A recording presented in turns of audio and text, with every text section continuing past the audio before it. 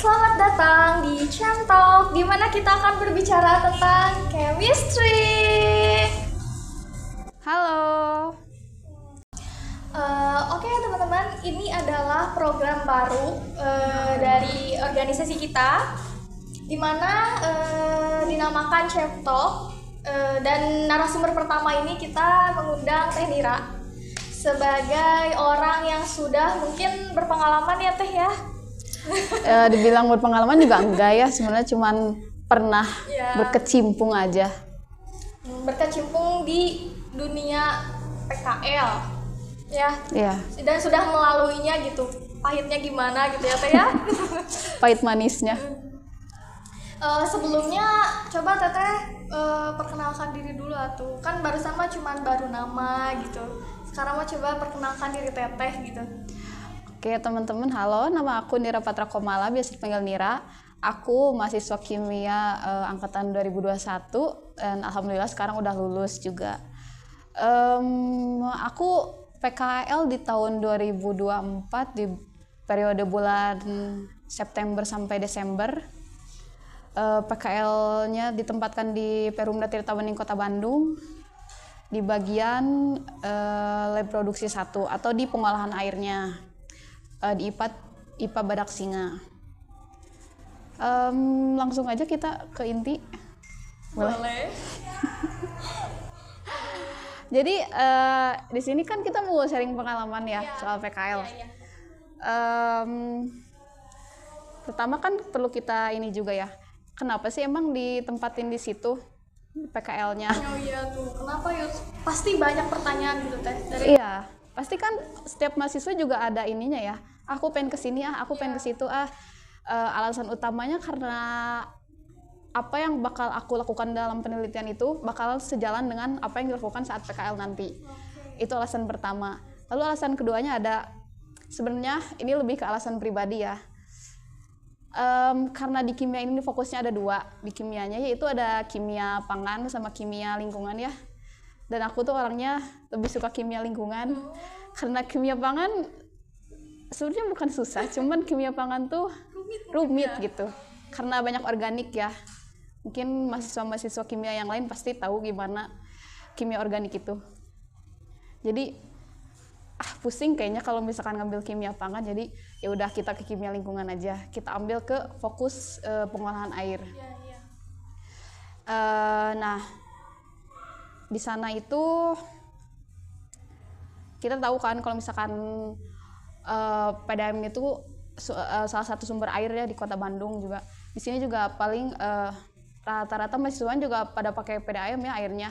Nah di PDAM itu ada sumbernya itu dari sungai, yaitu Sungai Cisangkuy dan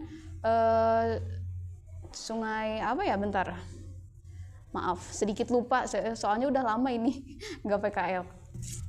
Kalau nggak salah mah Citarum. Cikapundung ternyata. Aku salah ternyata. Ya, nggak apa-apa. Nah, dari dua sungai ini tuh akan menghasilkan setiap detiknya itu debit airnya 18.000 liter per detik. Banyak banget ya. Kalau buat skala Kota Bandung itu kayaknya banyak banget itu, tercukupi gitu. Sangat-sangat sih kayaknya. Ya.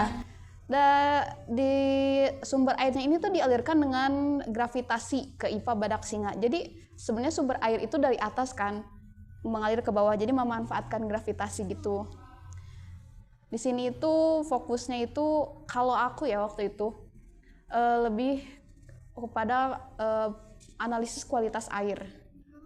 Jadi dilakukan analisisnya, ada turbiditas, ada pH, terus ada juga warna, ada juga uji zat organik.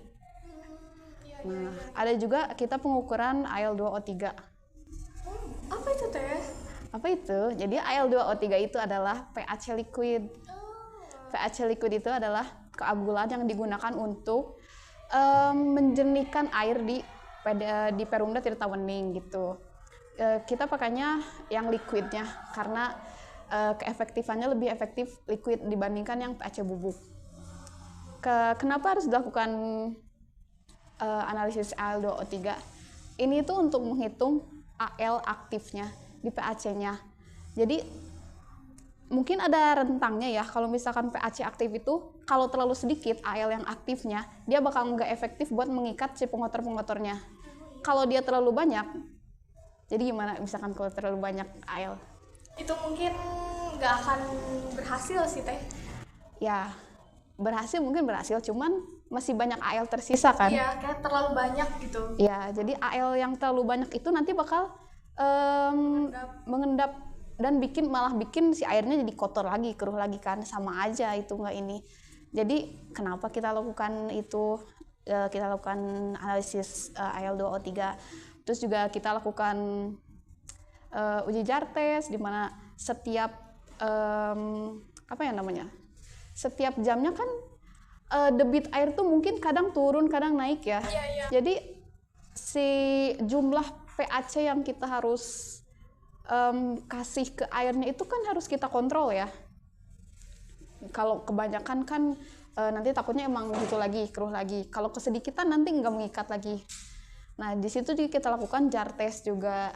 Jar test itu kita lakukan setiap 2 jam atau 3 jam sekali. Berarti itu harus dikontrol ya, kayak misalkan ada petugas yang khusus untuk mengontrol itu gitu. Iya, ada operator khususnya untuk di bagian pengolahan airnya. Jadi kita itu sebagai analis di sana, kita itu nyempling, lakukan analis. Kalau misalkan ada perubahan dengan misalkan 1 hari dilakukan beberapa analisis, kita bisa kasih tahu ke operator, Pak maaf di jam segini dosis PAC-nya yang optimalnya segini, bisa dirubah oleh operatornya gitu.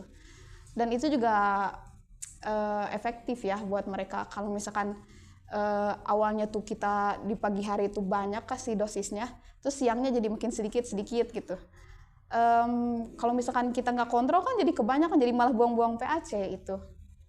Di sana juga selain itu kita nyempling. Oh iya pasti itu kayak pekerjaan tiap hari deh. Tiap hari gitu itu. Ya. Terus sampling tuh sebenarnya kita bukan sampling yang satu doang gitu.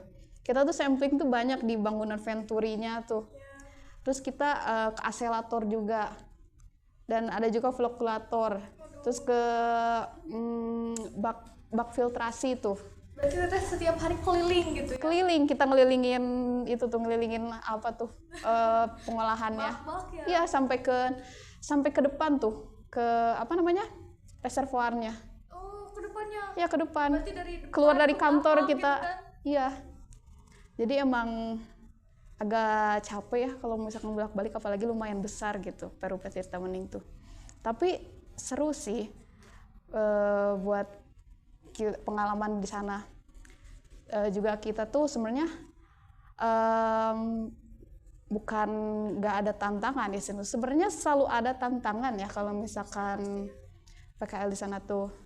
Nih kalau misalkan yang pernah aku banget alami itu waktu pertama. Sebenarnya waktu aku PKL tuh waktu lagi musim hujan ya. Aduh, musim hujan ya? Iya, jadi si debit air tuh lumayan banyak-banyaknya, lagi tinggi-tingginya. Waktu itu dari sumber air tuh karena turun hujan lebat malamnya, jadi bikin airnya keruh. Jadi kalau misalkan di Perumda itu sumber air itu kalau misalkan 6 jam itu turun ke bawah. Dan misalkan malamnya hujan nih jam 12. Air yang hujan itu nyampe ke PDAM-nya itu di jam 6 jam perjalanan itu. Nah karena misalkan semalamnya hujan terus tuh, jadi keruh. Pas paginya kita datang, baknya udah bak yang baru nyampe tuh?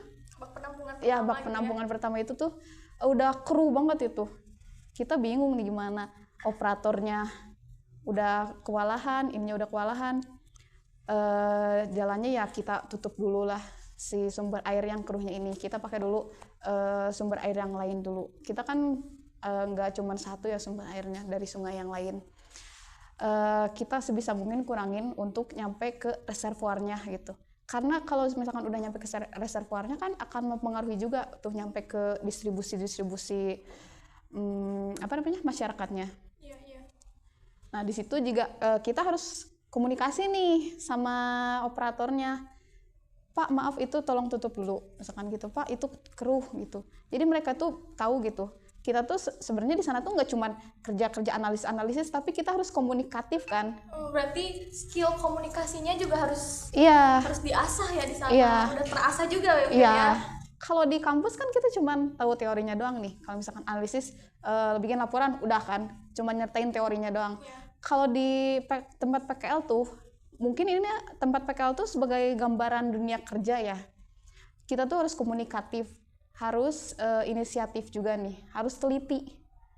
Itu sih yang paling penting ya. Iya, jadi teliti itu harus diimbangi sama komunikatif gitu. Mungkin ya kalau tantangannya cuman gitu doang. Bukan cuman gitu doang sih sebenarnya. Hanya itu yang pernah dialami doang. Kayaknya itu tidak terjadi satu kali aja gitu ya. Itu berkali-kali Sebenarnya, mungkin ya. Iya, mungkin berkali-kali tapi dalam kasus yang sama itu. Mungkin anak-anak yang lain nanti yang bakal PKL di sana bakal nyobain, mungkin ada problem lain di sana gimana. Tantangan lain ya Teh. Iya, tantangan lain. Tapi kalau misalkan nih, kalau misalkan kan tadi ditutup kayak gitu nih, maaf ya teman-teman, lupa. Oke. Kalau misalkan ditutup kayak gitu, problemnya teh kan berarti harus harus pakai dari satu sumber ya. Nah kalau misalkan kayak gitu, si volume airnya tuh bakal berpengaruh gak? Kayak misalkan berkurang misalkan yang hasil produksinya nih, karena kan biasanya dua atau misalkan dari sumber yang keruh itu misalkan lebih besar nih yang diambilnya, terus kita ambil yang lebih kecil yang lebih jernih, itu bakal berpengaruh nggak? Pasti berpengaruh. Tapi kan sebenarnya kalau di reservoir itu nggak sepenuhnya kosong ya, nggak ditampung di reservoir itu pasti nantinya nggak langsung dialirkan, karena dari reservoir itu nanti ada 5 pipa distribusi. Jadi emang di Perumda ini ada distributornya lagi gitu, berbeda. Jadi kan kalian pernah nggak ngalamin kalau misalkan airnya ngocor ya jam segini nggak ngocor, jam segini nggak ngocor. Mungkin itu juga terbantu ya kalau misalkan sumber airnya lagi kurang bagus. Kayak gini tuh juga membantu gitu buat si debit airnya, buat kita juga ngatasin kualitas airnya di sana juga. Tapi sejauh ini sih nggak terlalu berpengaruh ya ke distribusinya. Berarti memang udah ada cadangan gitu ya Teh, pasti ya, gitu pasti ya. Pasti di setiap PDAM juga pasti ada gitu. Tapi ya mungkin kalau lagi musim hujan kayak gini pasti sedikit terganggu mungkin ya. Iya. Di tahap produksinya. Iya. Oke Teh, kayak aku mau ngajuin nih pertanyaan di luar itu sedikit gitu ya. Kalau Teteh nih dulu kayak pernah apa ya namanya disebutnya, kayak kan kalau yang disebutin Teteh tadi kayak harus teliti gitu ya, harus gini, kan di sana juga pasti harus gesit ya Teh. Iya betul. Harus gesit ya. Pernah nggak Teteh kayak ngeliat gitu kan, atau kayak mengalami gitu apa sih kayak sedikit apa ya, nggak dari sifat itu gitu, gimana ya namanya ya, Gimana ya namanya ya, bantu dong kalian nih, dikatkan bisa apa sih namanya Teh, males atau gimana? Enggak, kayak kan kita harus gesit, emang kita harus gesit nih, tapi kan Kita kerjanya ya gitu, kerjanya aku lelet gitu. bukan kayak terlambat gitu, bukan lelet, Terlambat. iya. Oh, kalau terlambat tuh mungkin kalau misalnya kita udah terlanjur terlambat ya, padahal niatnya gesit nih, udah ada niat gesit. Kita bisa tuh prioritasin waktu kan. Kita bisa susun mana dulu nih prioritas, kita harus ngapain, kita harus sampling, misalkan 10 menit sampling udah masuk, terus analisisnya berapa menit, ini. Jadi atur mungkin kita sebisa mungkin buat prioritasin apa yang harus dilakukan dulu dan harus efektif. Harus kalau misalnya kita udah sampling, udah gak usah belok kemana-mana, udah gak usah ngobrol, sampling langsung lakukan sampling, terus langsung analisis. Jadi kan kalau udah terlambat, misalkan kita nggak terlalu mempengaruhi buat waktunya terlalu ngaret nantinya kan. Gitu aja sih kalau kata aku mah. Berarti harus pinter manage waktu ya. Ya betul, manage waktunya yang nomor 1 gitu. Nomor 1 lah gitu ya. Nomor 1. Dibarengin sama teliti gitu ya. Iya. Aduh. Terus aku mau nanya nih, Teh, kan di sana Teteh bilang tantangannya tuh kan yang paling besar lah yang tadi kan. Terus dari situ nih, apa yang bisa Teteh ambil gitu dari apa sih, kayak misalkan kan itu tidak terduga ya kejadian itu. Apa yang bisa Teteh ambil dari kejadian-kejadian seperti itu gitu? Kalau itu kan maksudnya kejadian tak terduga ya. Dimana kalau misalkan di kampus tuh gak dipelajarin kan, kita cuma tahu teorinya doang. Kita cuma tahu kalau misalkan prosesnya ini, analisisnya ini. Nah kalau di dunia PKL tuh kalau misalkan ada kejadian tak terduga itu, yang pertama jangan panik. Karena kalau panik kita nggak bisa mikir nih selanjutnya gimana kan. Usahain tenangin diri dulu. Yang kedua, komunikasiin lagi. Kita kan di sana bukan cuman ya, maksudnya kita kan di sana juga kerja. Tapi kan kita juga kerja sama orang lain kan, sama pegawai-pegawainya. Kita bisa tanya, bisa minta solusi juga, Bapak, Ibu, ini kondisinya kayak gini, gimana ya Pak, Bu? Mereka juga ngasih solusi ke kita, dan kita juga bisa diskusi tuh sama mereka, karena mereka kan jam terbangnya udah tinggi juga ya, udah tau lah, udah pengalaman berapa puluh tahun mereka harusnya di sana. Yang kayak gini bukan sekali 2 kali kejadian, pasti udah sering mereka alamin. Terus udah kayak gitu kita bisa ikut bantu mereka tuh buat nanganinnya gitu. Kayaknya gitu aja sih. Kalau misalkan ini intinya ya jangan panik aja. Berarti Teteh tuh nggak pernah, waktu pertama kali nih berarti pernah panik gak? Kan kata Teteh jangan panik nih awalnya. Waktu pertama kali mengalami kejadian itu tuh sempet panik atau sempet gimana gitu, kayak aku harus kayak gimana? Sebenarnya kalau panik enggak sih, cuman karena agak baru pertama juga kayak agak blank dikit ya. Cuman kok gini ya, kayaknya dari situ harus ambil waktu dulu 1 menit apa 2 menit ya buat mikir. Terus langsung kita bisa kasih tahu ke pembimbing, Pak, misalkan ini keadaan airnya kayak gini. Nanti pembimbing juga bakal diskusi sama operatornya, sama analisnya, dan juga sama kitanya juga buat gimana selanjutnya. Intinya ya panik tuh enggak sebenarnya, karena kalau udah dijalanin mah udah biasa aja. Kalau kitanya ya santai-santai aja, karena kalau kitanya enjoy aja ya nggak akan panik kok. Berarti pengalamannya kayak cukup seru ya Teh ya Seru. di sana. Ya pasti kalau bicara tentang lingkungan mah pasti selalu tidak terduga. Iya, apalagi kan sekarang gini ya, lingkungan tuh selalu aja ada pencemaran di mana-mana kan. Jadi emang kondisi air tuh, kondisi lingkungan tuh emang nggak ketebak kalau sekarang tuh. Dari alam mungkin sekarang lagi kayak gini gitu ya. Ya kalian tahu sendiri ya teman-teman di sana. Iya. Dan mungkin di sana juga nggak gampang ya Teh ya. Iya, sebenarnya gampang nggak gampang sih, tapi ya sudah jalani aja gitu. Terus kalau setelah Teteh PKL ini nih, setelah misalkan kan udah mungkin tenang ya dari dunia perkuliahan sekarang, fokusnya apa sekarang Teh? Sekarang kalau sekarang sih masih jadi job seeker ya, karena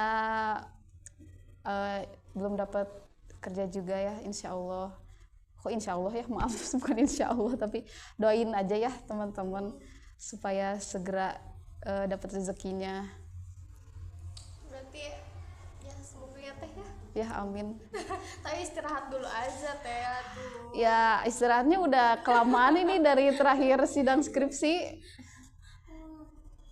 Ya gimana ya, udahlah gitu, itu aja. Nanti juga kalau rezeki mah datang. Iya sih, pasti ya.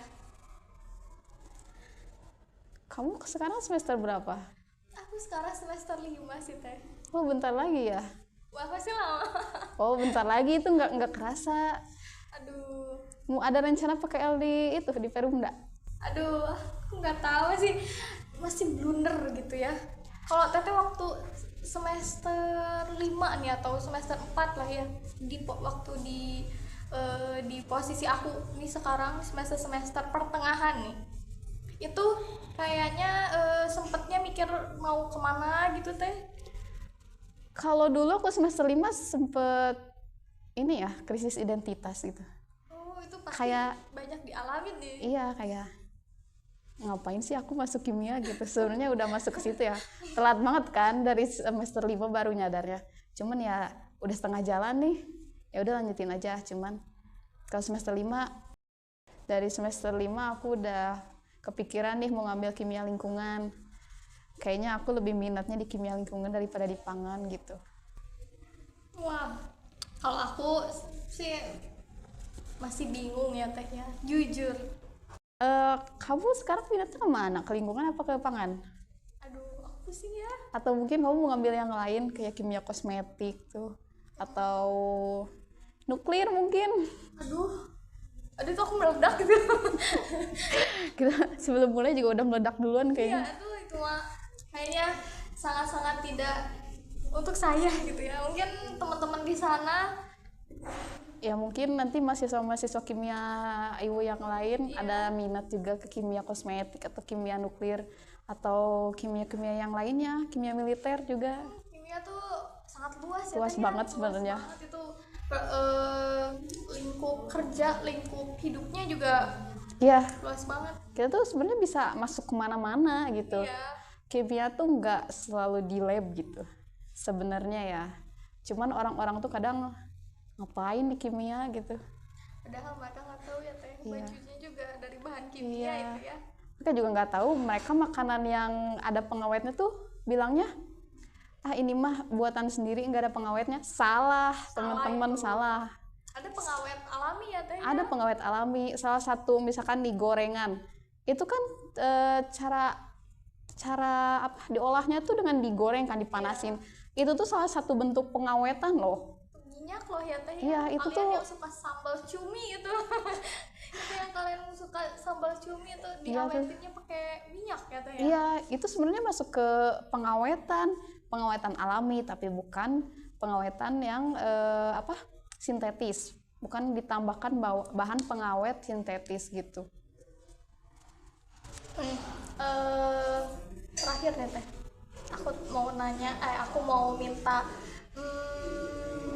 saran terus pesannya sama teman-teman kimia yang lain, sama misalkan adik-adik tingkat teteh yang lain untuk misalkan mempersiapkan dirinya tuh kayak gimana gitu buat nanti ke dunia PKL, terjun ke dunia PKL tuh kayak gimana. Oke, jadi sedikit pesan buat teman-teman dan adik-adik mahasiswa kimia untuk mempersiapkan PKL. Yang pertama, udah mulai harus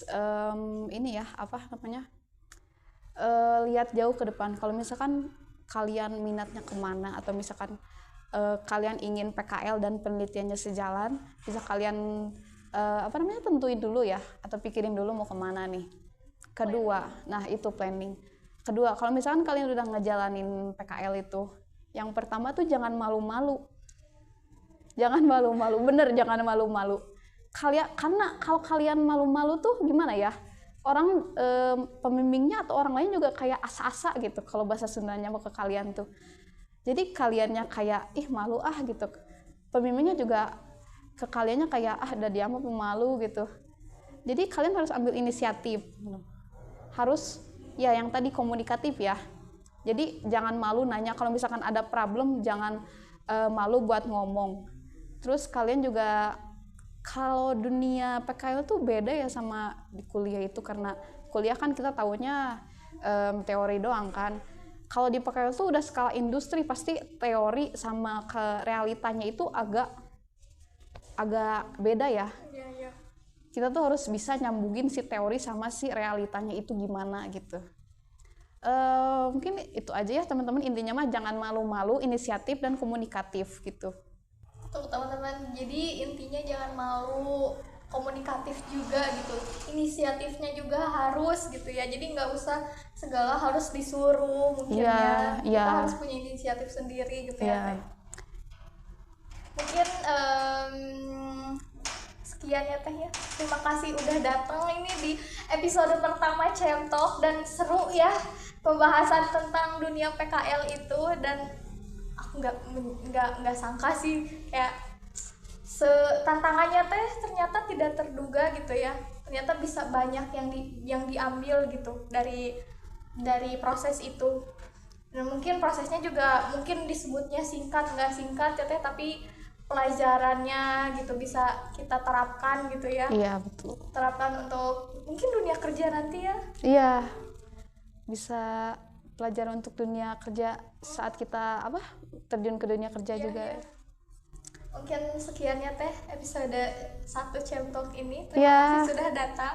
Makasih juga udah ngundang aku ya. Semoga teteh kedepannya dilancarkan lah ya untuk semua urusannya. Amin, amin. Mungkin kita juga nanti bisa bersilaturahmi lagi itu ya. Tadi episode berapa Cemtalk? Semoga ya.